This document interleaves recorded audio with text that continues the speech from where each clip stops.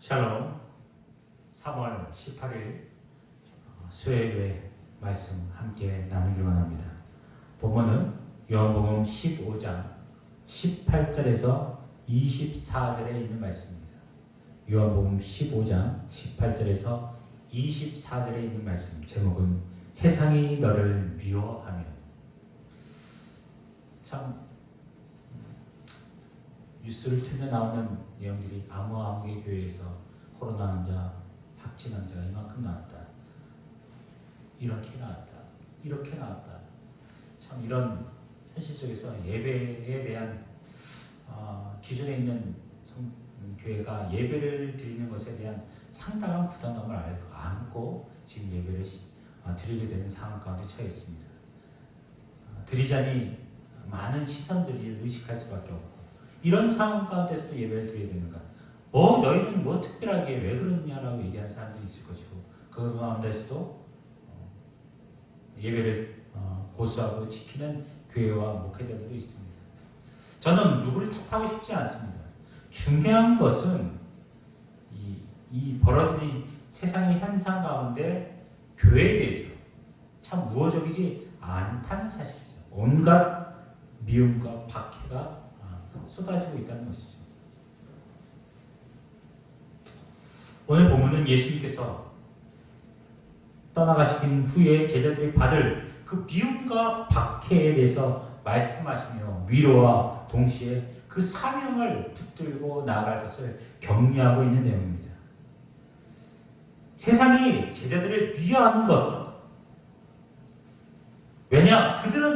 너희들은 세상에 속한 것이 아니라 내게 속해 있는 것이기 때문에, 또한 세상이 나를 제대로 알지 못하기 때문에 너희를 핍박하고 박해하는 것이다 라고 분명히 얘기하고 있습니다.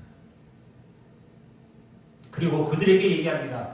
너희들은 핑계하지 못할 것이다. 내가 너희를 심판할 때 너희는 핑계하지 못할 것이다. 내가 너희에게 분명히 말했고 보여주었고 내가 누군지를 너희에게 알려주었구만 너희가 믿지 않고 나를 인정하지 않았기 때문에 너희들이 나중에 당하는 심판은 당연한 것일 것이다. 핑계치 못할 것이다.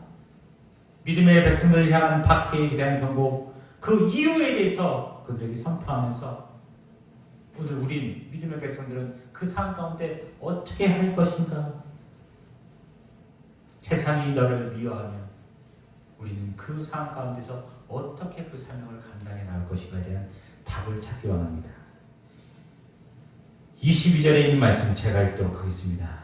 내가 와서 그들에게 말하지 아니하였더라면 죄가 없었으려니와 지금은 그 죄를 핑계할 수 없느니라. 예수님과 제자들을 핍박하는 자들에게 대해서 너희를 향한 심판은 정당한 것이야 라고 우리에게 선언하고 있습니다. 왜 우리가 이런 심판 당해야 됩니까? 라고 얘기하는 그들에게, 왜? 너희는 나와 내 이 제자들, 예수 믿는 사람들을 핍박하고 박해했기 때문에 너희들은 징벌을 받아도 싸 라고 얘기하는 것입니다. 심판은 당연한 거라고 얘기합니다. 왜냐? 예수님 그리고 예수 믿는 제자들 그 외에는 그 하나님을 믿지 않았기 때문에, 하나님을 보내신 분명한 복음의 구원 사역에 대한 그 계획을 믿지 않았기 때문에 그들에게 심판을 강조하고 있습니다. 심판은 그렇기 때문에, 너희들이 그런 일을 저질렀기 때문에 그 심판은 정당한 것이야 라고 얘기하고 있습니다. 사랑하는 믿음의 성도 여러분, 세상이 우리를 박해합니다. 세상이 핍박합니다. 예배를 드리지 못하게 하고, 말씀이 선포되지 못하고, 복음이 증거되지 못하고, 말씀대로 얘기를 하지 못하도록 만들어가는 이런 현상의 모습들 속에서 우리는 어떻게 해야 될 것인가? 여러분 기억하십시오. 결국 하나님께서 그 모든 것을 해결해 주실 것입니다. 우리가 이 땅 가운데서 당하는, 세상이 너희를 미워하면 어떻게 보면 미워하는 것이 당연한 것이다. 23절에 이렇게 얘기합니다. 나를 미워하는 자는 또 내 아버지를 미워하느니라. 결국 예수 그리스도를 미워하는 것이 하나님을 미워하는 것이고, 그리고 그 상황에서 하나님께서는 묵고하지 않을 것이다, 묵고하지 않을 것이다 라고 얘기하고 있습니다. 사랑하는 믿음의 성도 여러분, 유대인들이 정말로 하나님을 잘 섬기는 사람이라면, 율법을 너무나 잘 알고 있다면 말씀, 하나님께서 육신의 몸으로 오신 이 예수 그리스도를 제대로 알지 못하는 것은 있을 수 없는 것입니다. 하지만 하나님을 사랑하며 율법을 준행하면서 육신을 입으신 하나님을 모를 리가 없는 그들이 예수 그리스도를 핍박하고 예수 믿는 사람들을 박해하고 이런 상황에 처해 있는 그들의 모습을 보면서 어떻게 여길 것인가? 다윗은 시편 69절 4절에 이렇게 얘기합니다. 까닭 없이 나를 미워하는 자들이 나의 머리를 털보다 더 많고 까닭 없이 나를 적대하는 자들이 나보다 강합니다. 다윗이 그렇게 박해를 받았으니 다윗의 후손으로 오신 주님도 동일하게 박해를 당할 것이다 라는 말씀입니다. 여기서 시편은 율법이라고 하는 것은 그 시대의 모든 구약 성경을 통해서 우리에게 통칭하는 이야기를 얘기하고 있습니다. 작금에 벌어지는 오늘날의 이 상황들, 대한민국 교회를 다 싸집어서 신천지 교회랑 너희랑 다를 바가 무엇냐고 하는 세상 사람들, 혹시 너도 신천지 아니야? 너희들과 신천지와 뭐가 달라? 라고 하는 그들, 우리는 어떻게 그들에게 얘기할 때 뭐라고 얘기할 것입니까? 그들은 다릅니다. 그들과 우리는 다를 수밖에 없습니다 라고 얘기해야 됩니다. 왜? 신천지는 그 영혼을 도둑질하고 가정을 깨고 그 영혼이 멸망의 길로 달려가지만, 믿음의 예수 그리스도의 피떡으로 세워진 교회는 그 영혼을 살리고 가정을 살리고 구원에 이르기 때문에 다릅니다. 그런데 오늘날 벌어지는 이런 교회 안에서 이런 코로나 바이러스가 퍼지는 이 사건을 통해서 좀 더 우리 목회자들이 조금 더 지혜로워야 될 필요는 느낍니다. 믿음의 문제라고 얘기하고 싶지 않습니다. 믿음의 문제가 아닌 지혜의 문제입니다. 그 문제를 예배를 드리느냐 드리지 않느냐 믿음의 문제로 치부해서는 안 될 것입니다.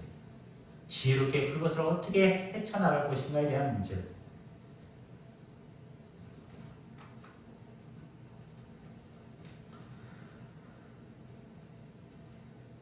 평소 기독교에 불만이 많은 사람들은 괜히 이단 집단과 싸잡아서 그리스도인들을 바이러스의 온상인 것처럼 보는 경향이 있습니다.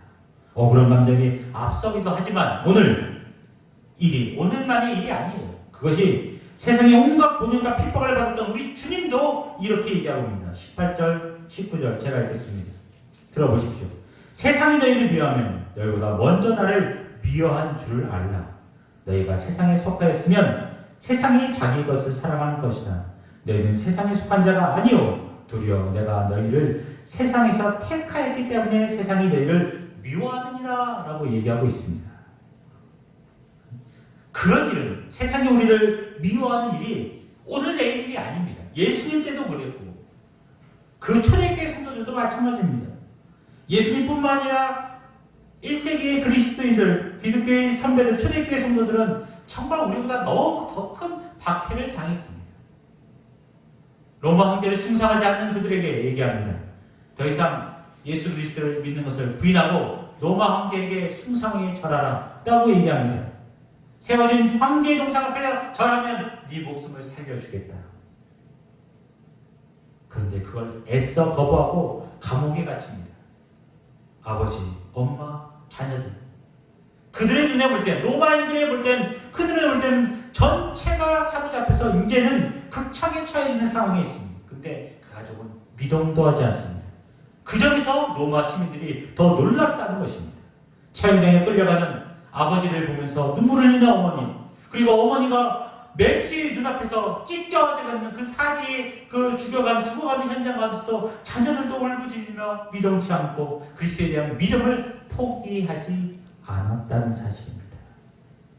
그야말로 그들이 볼 때는 정말로 이해할 수 없는 로마 황제에게 절만하면, 인사하면 그 모든 것이 해결할 것을 왜 저렇게 미련하게 먹냐라고 얘기하는 그들 앞에서 처음에는 희희낙낙거리다가 환호하다가 나중에는 그들이 순교하는 현장의 모습을 보면서 그들을 다시 한번 숙연하게 하겠다는 사실입니다. 그러면서 그들 가운데 묻게 됩니다. 그리스도인들이 누구인가? 아니 그들이 믿는 신은 과연 어떤 신인데 그리 당당할 수 있는가? 죽음 앞에서 라고 물으며 로마인들이 나중에는 어떻게 합니까? 예수 믿는 나라가 되어버리죠. 우리가 믿는 기독교의 정체성은 특별히 세상으로 볼 때는 희한하게 볼 수 있습니다. 근데요, 진짜 믿음은 우리가 확실한 모습을 나타내 주어야 합니다. 우리가 귀한 믿음님에 확실하게 믿음을 주겠어요. 오늘날 가짜가 칭찬인 것 마냥 판을 치고 있는 이 세상 가운데 여전히 뭐예요? 세상은 가짜의 시선을 가는 것이, 가짜가 많아질수록 뭐예요? 진짜를 찾게 됩니다. 저는 오늘 우리 성도들이 이 어려운 시기 세상이 너를 미워하면 그 미워하는 그 순간 가운데서도 진짜의 아름다운 믿음의 백성들의 모습 나타내야 될 줄 믿습니다. 박해가 오면 주님도 당하셨고 진짜 나중에 심판 당할 때 하나님께서 그들을 심판하실 것이고 우리가 있는 곳에서 진짜의 믿음의 신앙생활의 본을 보이면 되는 것입니다. 가짜와 진짜 나중에는 사람들이 구별할 것입니다. 다른 복음과 참 복음 분명히 알게 될 것입니다. 온몸이 우리 복음으로 무장해서 진짜 그리스도인에서의 아름다운 삶을 살아갈 수 있는, 박해가 오더라도 우리는 그 세상 앞에서 위축되거나 두려워하는 것이 아니라 당당한 믿음의 복된 삶, 당연한 것으로 여기고 정말로 아름다운 삶의 모습을 통해서 세상 가운데 나아가는 진짜 믿음의 사람들이 다 되시기를 주님의 이름으로 축원드립니다.